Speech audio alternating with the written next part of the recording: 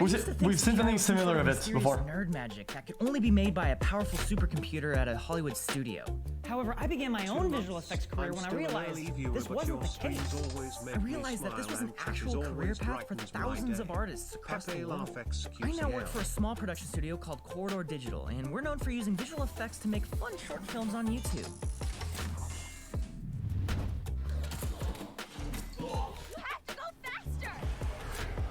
I love bringing things to life that didn't previously exist, and at the heart of that for me are visual effects. I am a big fan. However, not everyone shares my excitement about that, and I get it. It's fine. Sometimes the effects just suck. Sometimes you can just tell that it's fake, and that's a bit of a bummer. You watch movies to enjoy stories, but when the CGI is bad, it can take you out of it. Last year, for instance, I walked out of the theater having just seen Black Panther. Now, I really enjoyed this movie. However, I was disappointed by the quality of CGI, particularly in the final fight. It was a piece of shit. And it turned out I wasn't alone either. I asked Twitter what movies they thought had bad effects, and they overwhelmingly responded with Black Panther. I am hesitant to just openly criticize the effects of the movie because a lot of overworked artists help create them. And I think about those artists a lot. But you know who doesn't think about them? Basically everyone else. You see, there's a common misconception regarding how CGI is created. People tend to think effects are just made by computers rather than actual people. Like an Instagram filter, they think we... Why are you guys saying racist, dude? Just press a button I don't get it. Poof. Movie if something is bad, you call it out. The Hollywood VFX pipeline, however, is really complicated. First, you need if that thing that is bad to feed to the camera department where a bunch of sculptors I don't know, detailed 3D models to send off a certain race in it. It's not racist. If the thing has people that are gay in it, it's not homophobic. Like what? 24 hours a day to spit out clean-looking CGI, only to land on a compositor's desk who performs video Photoshop to blend everything into a final image. And if you didn't get all that, it's all right. Just know that every one of these steps can only begin once the previous step has been completed. But if any of those steps break down, those next in line are stuck polishing a turd, as we say in the industry. You'd be surprised how often that happens. And yet, visual effects are so ubiquitous now that they just don't wow us anymore. We've become desensitized. And while not everyone is an artist, everyone is a critic. If anything is slightly off, audiences can tell it looks fake, even if they don't know how. So what tips us off? Well, the first sign is that it simply isn't photoreal. The lighting or materials don't represent reality well enough to look like a real photograph. It's a simple idea, but a pretty tall order. True, actually. It's a little unfair even, because we all have a lot of experience that looks with stupid. reality. We see it every waking moment. Everything that you can see has a material property that defines how it reacts to light, and therefore how you observe it. Things like color, reflectivity, physical texture, transparency. Skin, for example, is slightly transparent and absorbs the light that hits it. You don't realize it, but you know exactly what all these visible properties are without even having to think about it. So when they're off, you can tell. And it's not just about how CGI looks, but how it moves too. Bad CGI can oftentimes look photoreal when paused, but in motion looks wrong. There are three main ways we replicate motion in the digital world, and one is animation, where the motion is designed from scratch. Another is through simulation, which is putting some rules into a program and then letting it decide where things should fall. And finally, there is motion capture, which records the movements of an actor in order to most accurately replicate the subtle ways in which they move. Depending on the film, usually a combination of these three techniques are used. And the recent Planet of the Apes movies are actually great examples of this. Motion capture provides the core movement of the skeleton and face, something that's super challenging to create without reference. Those gray skin suits aren't just fashion statements after all.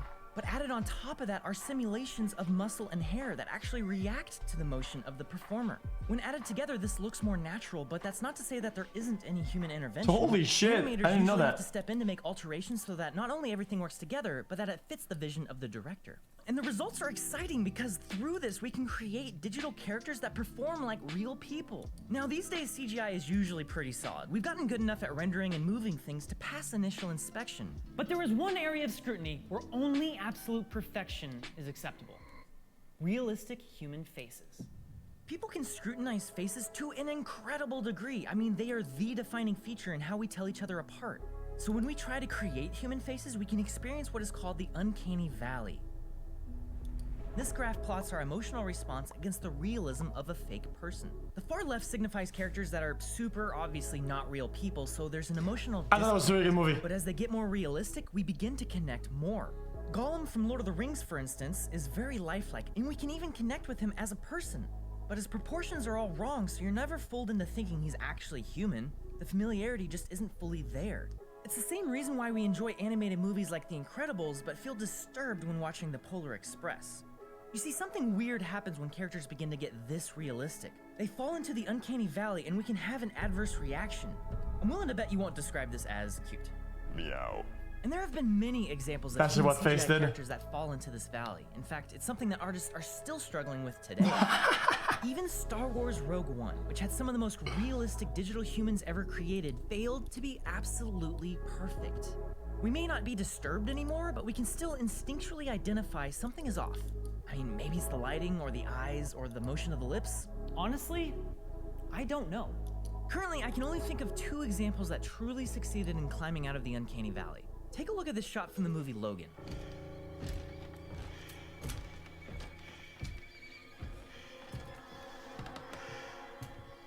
You may have figured this younger Wolverine was the result of some, simple digital makeup, but nope. Hugh Jackman's face was 100% recreated and rendered.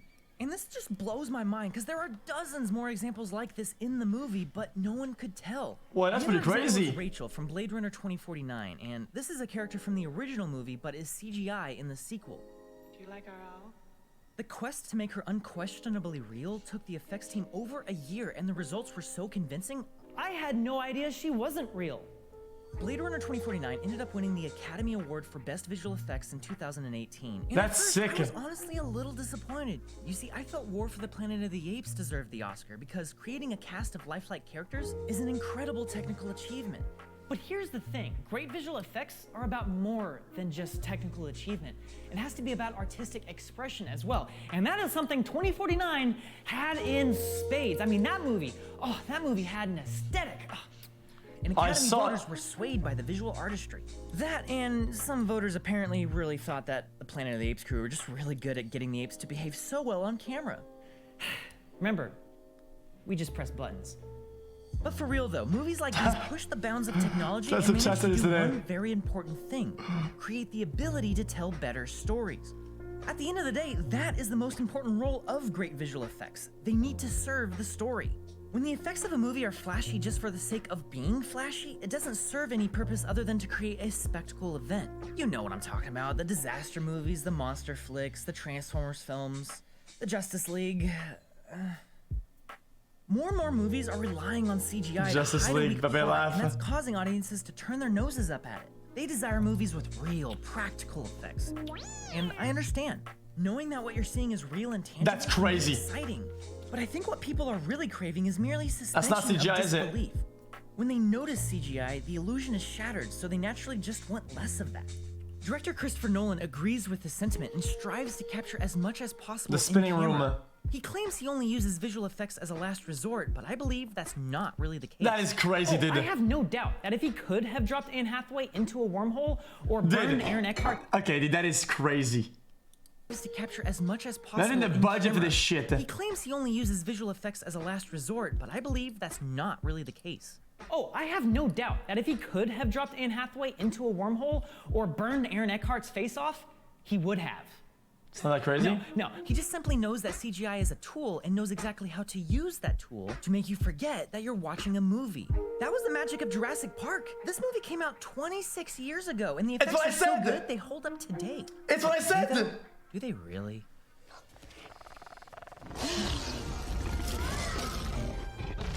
Notice anything weird about this shot? Oh, All right, yes, the raptor disappears for one frame, and yes, that's actually in the movie. The effects were groundbreaking at the time, but if you really go back and look at only the CGI, I think you'll find that they really don't hold up. It just doesn't matter because they were used in such creative ways that for the first time in history, a movie made you believe that dinosaurs were real. And I think that that's something that the recent sequels failed to do, because on a technical level, Jurassic World has far superior CGI, but it's never really grounded in reality. It just feels like it was too preoccupied with whether it could use CGI, it didn't stop to think if it should. Normally though, you only ever notice CGI when it is bad. In fact, the best visual effects are never noticed to begin with. They're invisible. David Fincher is such a perfectionist when it comes to creative control that he would rather create digital blood than to leave it up to chance by splashing it around in real life. His team is just so good at it, you never notice. Did you know that his movie The Social Network has 1,000 VFX shots in it? Yeah, the Facebook movie has more VFX than the 2014 Godzilla movie. Wait, what? Turning one person into twins who interact with each other is pretty technical stuff that hundreds of artists worked very hard to make sure you wouldn't notice. But there is one final factor that can really dictate the quality of CGI, and that is time. Wait, I'm confused. The biggest issue with effects today isn't the talent of the artist creating them, but the time needed to do so. However, movie making is a business, and more time means more money, and release It was dates one are guy the whole incredibly time? important to the bottom line of a blockbuster. So films trying to meet deadlines can become rushed. And this was ultimately the problem with Black Panther. Now, it's important to note that most of the effects in this movie are actually great, but there were 2,500 of them, and even though the work was divided between 13 different VFX studios, there simply wasn't enough time to do everything properly. They were refilming the final fight scene in October, but the movie still had to come out in February, which left only a matter of weeks to do all of the effects for that entire scene from scratch. The company that took on this challenge has even won the VFX Oscars for all 4 of these movies, and yet the results prove that great CGI cannot be rushed. Like all forms of art, quality comes down to a function of skill and time. The greatest Renaissance artists took years to complete their paintings. And if I tried to paint something great, it wouldn't matter how much time I spent because I lack the skill. And I think you'll find that even great artists would deliver shoddy work and rush to complete it. So in the movie industry where time is finite, artists have to strike a balance. No movie is ever finished, it just gets released. So the next time you're watching a summer blockbuster, even if the visuals fall flat, take a moment to appreciate all of the hard work that went unnoticed. Visual effects artists are artists after all. They But pour what their if we blood, can't sweat, tell? and tears into these stories that capture our imaginations, and sometimes even their best work may have been invisible all along. What you just saw was actually a TEDx talk that I performed at the University of Pennsylvania in March. Okay. Chat, just like the Facebook thing. I couldn't tell. I watched the movie like 6 times. The thing